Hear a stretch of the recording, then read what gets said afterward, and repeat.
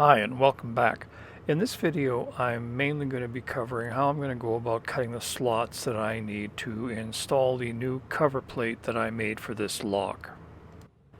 I also need to repair a number of holes that are in the lock plate before I can go ahead and reassemble everything, but I won't be covering that in this video because I've already done that in an earlier video, and the link for that video is going to be in the description.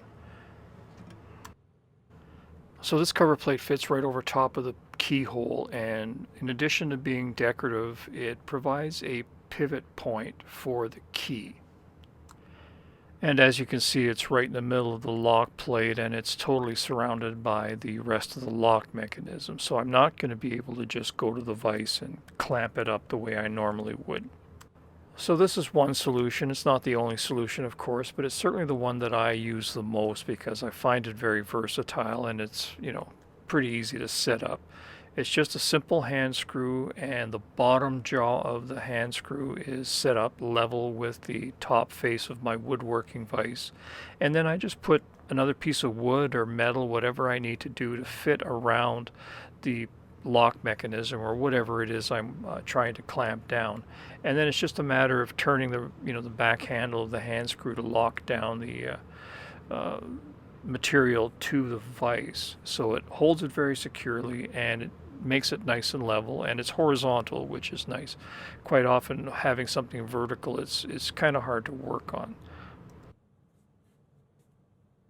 Here you can see a close-up of what I'm actually doing. I've set the hand screw a little bit further apart so I can fit a large nut underneath the top jaw of the hand screw, and that allows it to ride over top of the mechanism. So the nut puts pressure exactly where I want it. Just to the left of the nut, you can see that I've already pre-drilled the 3 holes that I'm going to need for the tenon of the cover plate.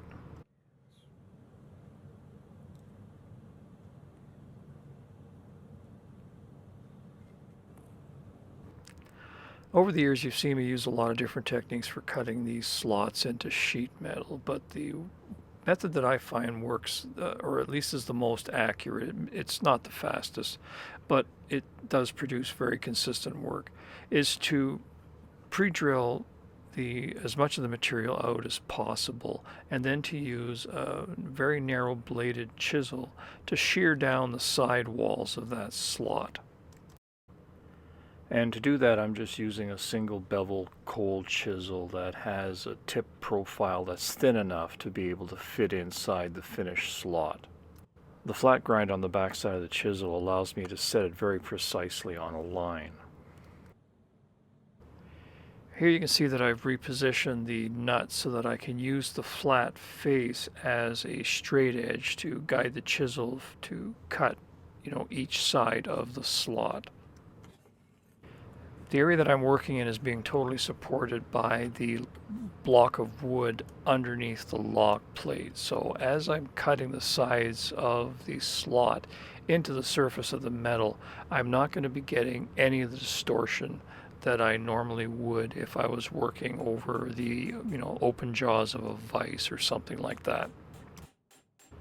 And it's surprising how little it takes to prevent that distortion from happening. Like, I'm not hammering on a hardwood block or anything. It's just a pretty soft piece of pine, but it provides enough support to prevent that distortion, and it also allows the chisel to go below the bottom surface of the lock plate without hitting your anvil surface or anything like that. And as you can see, I'm just holding the chisel at an angle and carefully shearing away all of the webs between the drill holes. Here you can see I'm just turning the chisel around to shear the other side of the hole. Normally I would reset everything up to be able to use a straight edge to shear that side of the hole as well, but to make it a little clearer for you to see, I just turned the chisel around and did my best.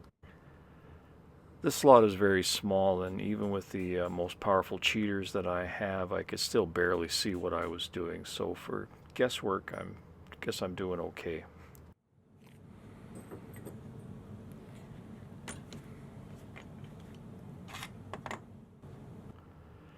So this is the top view of the cut that I just made. It's still a little bit ragged, and that's mainly because I'm working around a camera trying to film this. If you're not trying to record what you're doing, it's possible to get this almost to the finished stage just with the chisels. It should require very little filing. To clean up the backside, I just reverse the setup. I place the nut underneath the lock plate and flip it over so that the nut is providing the space around the lock mechanism, and then I can clamp the lock plate in the hand screw and then just use the same chisel to shear off any of the flash that's come through to the other side.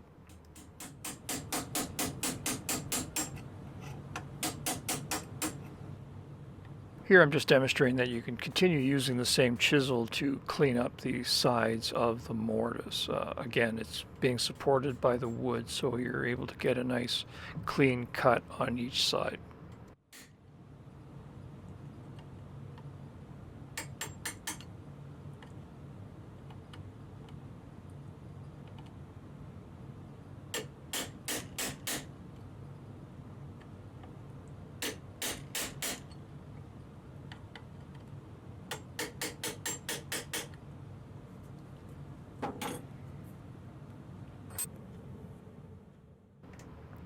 And here's what all the repairs look like before the final cleanup.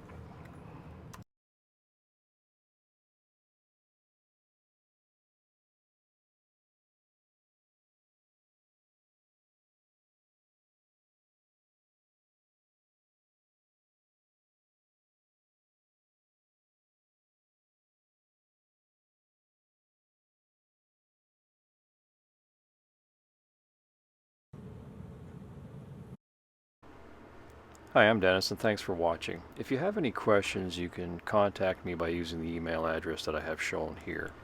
If you like the channel and the work that I'm doing, please consider becoming a patron. Every dollar you contribute will bring me one step closer to being able to produce videos full-time.